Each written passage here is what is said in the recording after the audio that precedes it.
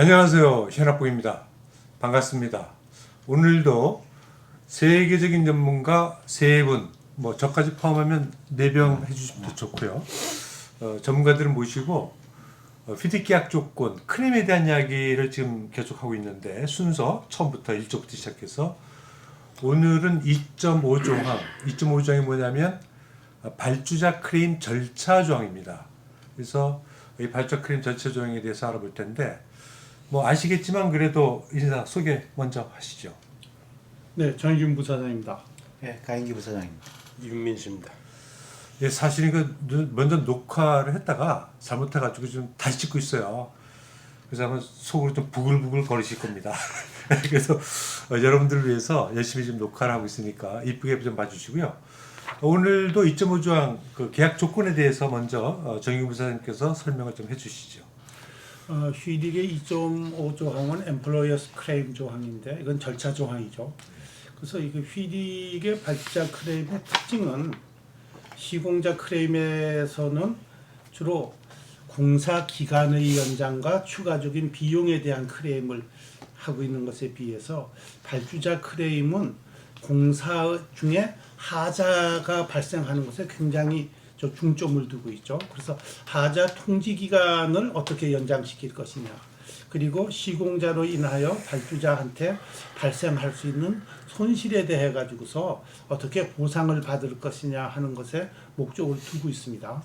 그래서 우리가 이쪽은 그러니까 품질하고 관련된 것들이 굉장히 많다 이렇게 생각을 하시면 될 것 같고요. 그 다음에 이 1999년하고 2017년도에 조금 달라졌는데 1999년도에는 2-5 조항을 발주자 클레임으로 만들었었는데 2017년도 클레임에서는 클레임을 전부 다 모아가지고 20조항에 집어넣었죠. 그래서 20-1 조항에 A항이 발주자 클레임으로 집어넣었죠. 그러면서 달라진 것들이 이제 타임바에 관한 것들이었었는데 1919년도 계약서에서는 발주자가 인지했거나 인지하였어야 되는 날로부터 가능한 한 빠른 기간, as soon as practical이라는 말을 썼습니다. 약간의 그 트릭 같은데 어떤 볼 같으면은 시공자 클레임이랑 똑같이 타임바가 있는 것 같은데 사실은 타임바가 없다라는 것들이죠. 그런데 이것이 우리가 MDB에서 쓰고 있는 핑크북이 2005년도에 개정이 되면서 발주자 클레임에 대해서도 타임바를 적용을 했어요. 그게 2017년도에는 똑같이 발주자 클레임에도 타임바를 해서 28일 안에 인지했거나 혹은 인지하였을 날부터 28일 안에 안 할 것 같으면 타임바로 클레임이 성립하지 않는다라는 것이 돼 있어가지고 그것이 조금 좀 차이가 달라졌고 발주자 클레임을 조금 좀 세분적으로 좀 설명을 드릴 것 같으면은 가장 중요한 것들은 하자에 관한 조항들. 저희 공사를 했을 적에 리페어를 하라고 한다든가 테스팅을 해야 된다든가 어떠한 그 테스팅에 실패를 했다든가 하자에 실패를 했다든가 이럴 때 발주자가 클레임을 걸어가지고 비용을 받는 방법, 또한 이런 것들이 하자 통지 기간 안에 일어났을 적에는 하자 통지 기간은 맥시멈 2년까지 늘릴 수 있는 권리가 있다라는 거. 그리고 또 하나는 이와 같은 하자 통지 기간을 늘릴 적에는 하자 통지 기간이 끝나기 전에 통지를 해야 된다 하는 그런 부대 조건들도 있습니다. 그래서 그 외에도 전혀 그런 것과 관계없이 발주자가 어떤 서비스를 제공하는 것. 저희 4-19 조항에 나오는 물이나 전기나 가스, 4-20 조항에 나오는 발주자가 제공하는 장비나 어떤 설비에 관한 것들은 레코딩만 해두면은 별도의 클레임 절차 없이 돈을 받을 수 있는 것들도 있고, 그 외에 다른 것 없이 그 지체상금과 같은 것들은 계약서에 나와 있는 지체상금률에 의해서 받을 수 있는 또 이런 것들도 지금 돼 있어서 좀 상당히 다양하게 돼 있다라고 말씀드릴 수 있겠습니다. 예, 그래서 발주자 클레임은 이제 발주자가 하는 거니까 발주자가 클레임 절차 조항을 2.5 조항은 이제 지켜야 된다라고 하는 건데 지금 쓰이고 있는 것은 99년 판이고 2017년도 판은 아직 안 보이는 것 같아요. 쓰이고 있는 것이. 그래서 현재 아마 피딕을 쓰신다 그러면 99년 판이거나 또는 MDB 같은 경우는 이제 2010년 판을 쓸 텐데 99년판이 됐건 MDB 2010년판이 됐건 2010년판은 사실 28일이라고 하는 얘기는 있는데 그건 타임바가 아니고 28일 이내 하라라고 하는 어찌 보면 좀 말씀하셨듯이 조금 그 타임바 비슷한 형태만 갖고 있는 타임바는 아닌 그런 거였는데 2017년도 판서부터는 이제 타임바를 시공자 크레임하고 똑같이 지켜라 이제 이렇게 절차를 이거 좋아할까요 발주자들이 2017년도 판을?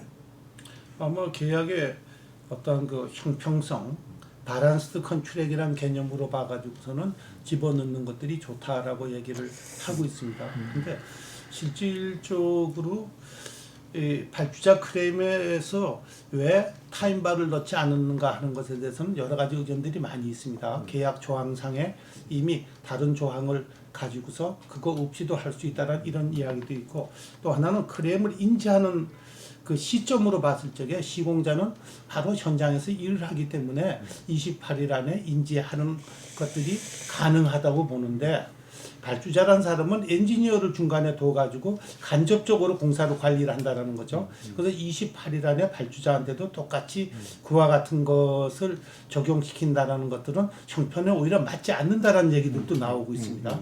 근데 어쨌든 이번에 된 것은 바란스드 컨트롤의 개념에선 상당히 발달됐다라고 말할 수 있을 것 같습니다. 근데 이제 이 계약 조건은 결국 궁극적으로 결정하는 건 발주자니까 발주자가 2017년 판을 좋아할까는 조금 이제 퀘스천이긴 한데 이거는 뭐 PD 발주자는 쥐보고 시공자는 쥐보는 집단 아니니까 그렇게 얘기를 하고 그러니까 여러분들만 발주자라면 또는 발주자를 위해서 일하는 감독이라고 하게 되면 이 절차 조항이 이제 무조건 지켜야 되는 것으로 돼 있다. 그러니까 계약 관리 해야 된다.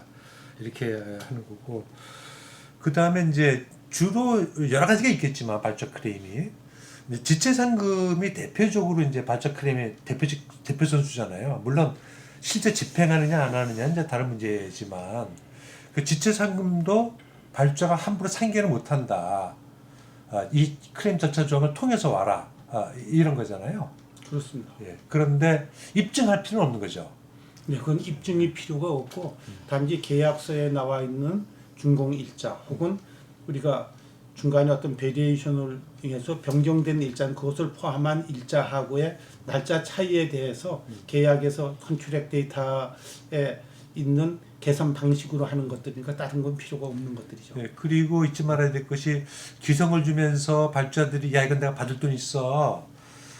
그래서 나는 그 공제할 거야. 이것도 안 되는 거다. 그렇습니다. 14-6 조항이 그 페이먼트에 관한 조항들인데 거기에 A 조항, B 조항, C 조항이 1999년도에 있는데 A 조항 같은 건 리페어 같은 것들이 있어서 그것이 리페어가 끝날 때까지는 기성을 유보할 수 있다라고 돼 있고 그다음에 그것을 시공자가 서면으로 통지해서 클레임을 했을 경우에는 그 돈을 삭제할 수 있다, 삭감할 수 있다는 얘기가 있습니다. 그래서 이런 점으로 봤을 적에는 발주자 클레임이 시공자한테 딱 불리한 것만은 아니다. 왜냐 같으면 이와 같은 클레임을 통하지 않고서는 어떤 경우에도 시공자의 금액을 발주자 마음대로 그것을 삭감할 수 없다 하는 것이 나오기 때문에 반드시 불리한 건 아니다라고 또 볼 수 있겠습니다. 예, 이런 거 말고 혹시 실전에서나 또는 또 다른 계약적인 어떤 이슈나 이런 것들에 대해서 혹시 우리 뭐 제 경험은 그 인플루언스 클레임이라고 해가지고 제 경험은 그 공기 연장 문제가 걸렸을 때 그 공기 연장을 해주는데 그 감독의 그 슈퍼비전 비용은 그 시공자가 뭐 하는 조건으로 하자 이래가지고 이제 저희와 그 발주처 간에 심각하게 협의를 했었는데 그 뭐 좀 전에 말씀하셨듯이 연장을 해주면 연장이 되는 거지. 그게 뭐 시공자가 뭐 페이버를 받아서 뭐 감독 비용을 대주는 거는 좀 말이 안 되기 때문에. 근데 지금 얘기 나왔으니까 보통 이제 시공사들이 오버타임을 하잖아요. 원래는 계약에 보면 8시간, 10시간 워킹아워로 적게 돼 있는데 예를 들면 뭐 돌간 작업을 한다라고 하게 되면 발주자나 또는 감독은 거기에 따른 슈퍼비전 기간을 늘려야 되니까 그 비용이 발생하는데 이거 저 같은 경우는 이제 파키스탄 프로젝트에서 실제로 클레임 당해봤어요. 근데 이게 이런 거 클레임 하나요? 발주자나 감독이? 계약 조항상으로는 클레임 할 수 있게 됐습니다. 할수 있어요. 그래서 스케줄이 늦어졌을 적에 소위 4-23조항이나 24조항에 해당된 적에는 발주자가 시공자한테 클레임 할 수 있다고 그 클레임 조건에 들어가 있죠. 근데 나옵니다. 실제로 클레임 당해본 적 있으신가? 그게 이제 사실은 현실은 그렇지 않다 이거죠. 왜냐하면 우리가 야간 작업도 필요하고 일요일 작업도 필요한데 보통 우리가 옛날에는 2주에 한 번씩 쉬잖아요. 그러면 누군가는 나와 있어야 되니까 그런 거는 주는 컨셉으로. 근데 그걸 뭐 오피셜하게 하진 않고요. 그럼 어떻게 타임을 야간으로? 달아가지고 그게 보통 엔지니어는 아니고 엔지니어 보조들 걔네들은 돈을 줘야 되니까 휴일날 특별히 나오니까 그런 경우는 실질적으로 비용이 발생하기 때문에 그러면 그런 경우가 있죠. 사실 엔지니어하고 우리는 계약 관계 없잖아. 없습니다. 그러니까 사실은 엔지니어 직접 주면 안 되는데 직접 준다. 그렇죠. 왜냐면 일을 해야 돼. 특히 콘크리트를 현장에서 쳐야 그런 되니까. 일이 많이 있어요. 발생해요. 원칙적으로 계약대로 따지면은 클레임에 의해서 발주자 그렇지. 클레임에 해당이 되는 것들이고 안 그래야 해야죠. 되는데 현장에서는 그냥 알아서 엔지니어의 뭐 어시스턴트가 나올 것 같으면은 돈을 현찰로 계산을 해서 주는 이런 방식들을 많이 하죠. 여러분 이렇게 하면 안 됩니다. 이게 사실 계약 관계가 없는데 이제 서로 주고받는 건데 이게 실전에서 이제 편의를 위해서 이렇게 근데 믿음 있으면 뭐 그렇게 할 수도 있을 거고요. 그 다음에 또 다른 이 발주자 클레임 조항과 관련해 가지고 그거 하나 예. 생각해 볼까요? 예. 지금 이니셜 리스폰스 2017 2017년 판. 판에 나와 예. 있는 거에 예. 보면은 예. 28일 내에 통지를 하게 돼 있는데 클레임을 예. 안 했다고 생각하면 다시 반박을 해서 14일 내에 네가 28일 규정을 지켰다 안 지켰다 안 지켰다를 판단을 반박을 할 수 있게끔 해놨단 말이에요. 예, 예. 그래서 또 이제 그거에 대해서 해결하는 절차가 있는데 예를 들어서 리퀴데이티드 데미지가 발생이 됐다. 예. 이미 공기는 연장된 것도 없고 뭐 언제 딱 끝나는 거 돼 있는데 리퀴데이티드 데미지는 그때부터 발생이 되는 거죠. 예. 근데 만약에 발주처가 이걸 안 지켜 못 지켰다. 28일이 훨씬 지나서야 나 공지할 거야라고 했다면 어떻게 될까요? 그러면 그러니까 그러면 지금은 공제를 못 할까요? 지금은 그런 거예요. 2017년 판은 그래서 내가 이제 제가 말씀드리는 것은 그 타임바를 안 거는 이유 중에 이 시공자 하자나 뭐 이런 거 같은 경우는 이미 발주의 권리가 발생해 있는 거를 클레임 치는 거거든요. 근데 거기다가 타임바를 걸어놓는 것이 합리적이냐? 법적 권리하고 계약적 권리의 절차에 충돌이 발생할 수 있다. 그래서 많은 계약 전문가들이 사실은 발주자 클레임은 타임바 거는 것이 합리적이지 않다. 이제 이런 얘기들 하거든요. 근데 지금 말씀하셨듯이 이런 경우 이미 사건은 발생했는데 권리는 이미 법적으로 발생해 돼 있는 건데 타임바 때문에 물을 먹는. 근데 사실은 이니셜 리스판스도 엔지니어가 하거든요. 뭐 실버버그는 이제 발주자지만 그래서 지금 발주자 클레임은 발주자가 해야 되는 거지만 계약 조건에는 엔지니어, employer or the engineer notify 이렇게 돼 있으니까 그것도 문제죠. 엔지니어가 결정하잖아요. 그죠? 그렇죠. 예. 우리가 우리가 시공자들이 조금 좀 잘못 생각하고 있는 것들이 발주자 니들이 우리한테 클레임 걸 게 뭐 있어? 이렇게 생각하는 사람들이 상당히 많다라는 거예요. 일은 우리가 다 하는데. 그런데 휘디 1999년도 계약서를 가지고 물론 클레임은 그 외에도 많이 걸 수 있지만 보면은 시공자 클레임이라고 된 게 13가지 항목입니다. 그리고 발주자가 걸 수 있는 클레임 항목이 18가지 항목이에요. 발주자가 걸 수 있는 클레임 항목이 굉장히 많다는 겁니다. 그래서 현장에서 계약 관리를 하시는 분들은 발주자가 걸 수 있는 클레임이 어떤 것들이 있는가를 잘 봐가지고 그쪽에 대해서 대비를 해놓지 않을 것 같으면은 상당히 엉뚱한 결과가 도래할 수도 있다라는 걸 좀 생각을 해야 될 것 같습니다. 발주자 클레임이라고 하면 결국은 시공자 네가 이거 계약 조건 이걸 못 지켰어. 이 계약 조건에 의해서 넌 뭐 벌칙을 받을 수뿐이 없어. 이거 아닙니까? 그렇죠. 예. 아니 결과적으로는 그건 뭐 크게 큰 그림으로 보면 예를 들어서 발주처 입장에서는 그 타임, 그러니까 공기하고 품질이래요. 예? 뭐 품질이나 펑션 이런 건데 공기는 리퀴데이티 데미지로 크게 커버가 돼 있고 품질은 하자 보수 기간도 있고 스펙에 의하면 계속 하자 지시를 하게 돼 있기 그렇죠. 때문에 예. 근데 그 작동이 안 되는 경우도 있으니까. 최근에는 뭐 아람코, 사우디 아람코는 아예 지체장 같은 경우는 없애는 이런 시도도 하고 있어요. 발주. 그러니까 발주들이 뭐 시공자에게 돈 떼먹으려고 공사하는 건 아니니까. 그러면 예. 리퀴데이트 이미지가 없으면 없고.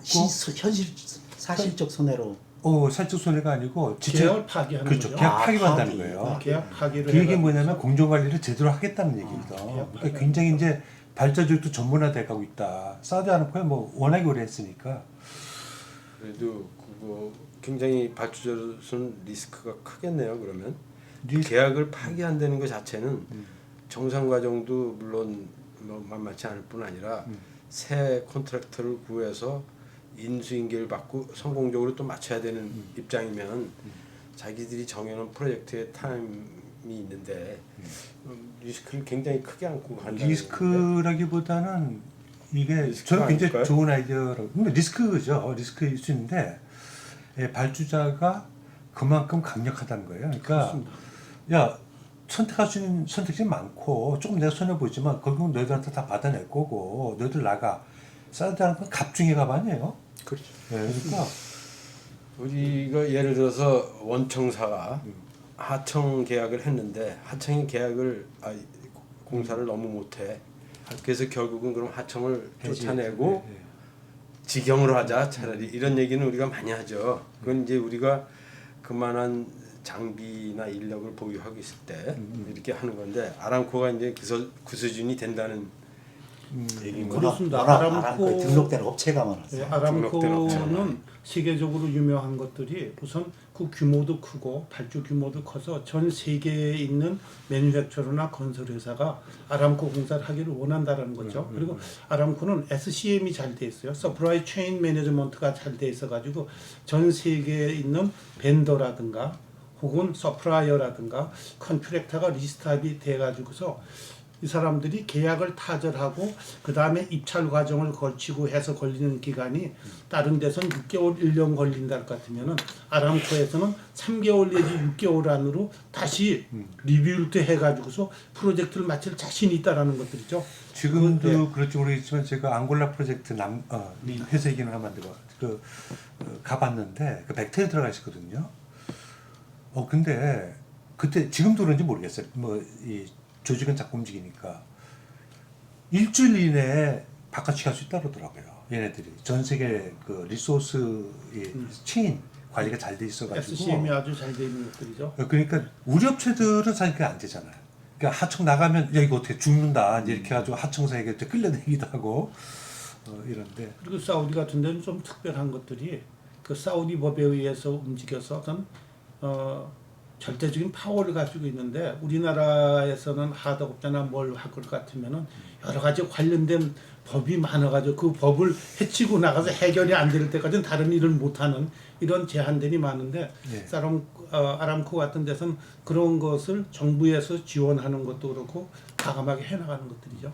예, 그 서플라이 체인 매니지먼트 하니까 제가 언뜻 이제 광고가 생각나는데 엑스퍼트 체인 매니지먼트 여러분들 하셔야 됩니다. 이 C+ 같은 이 전문가들을 활용해서 전문성을 가지고 좀 대하는 광고 좀 했어요.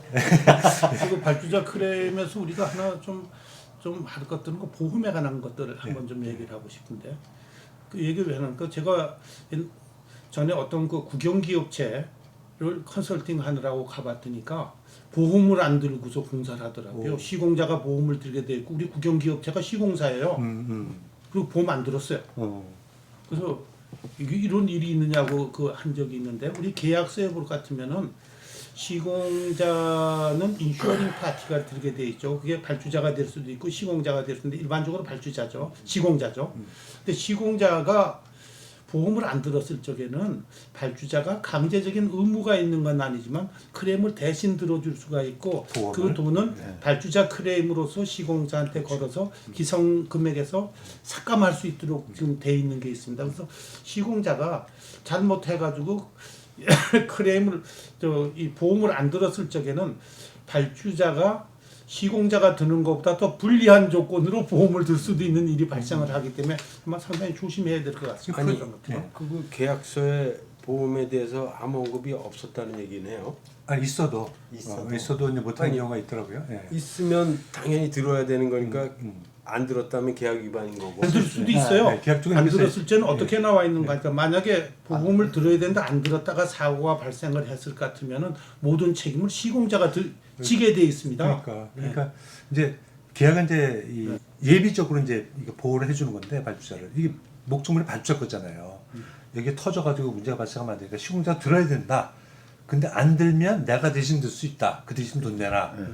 이런 거죠. 그래서 뭐 그게 그런 계약 말들이 위반의 있어야 강제 되는 거죠. 조항은 아닌 거죠. 없이- 휘릭 조항으로 따진다면. 예. 한다는 건. 피디 계약 쪽은 이제 그렇게 여러 가지 상황들을 상정해놨다. 예. 예. 오늘 발주자 클레임 조항에 대해서 알아봤는데요. 여러분들이 발주자 조직 또는 엔지니어 조직이 있다고 하면 이제는 특히 2017년도 판부터는 여러분들도 절차 조항을 지켜야 발주자 권리를 보호받을 수 있다. 이게 결론일 것 같습니다. 예, 오늘 수고하셨습니다. 수고하셨습니다. 감사합니다. 감사합니다.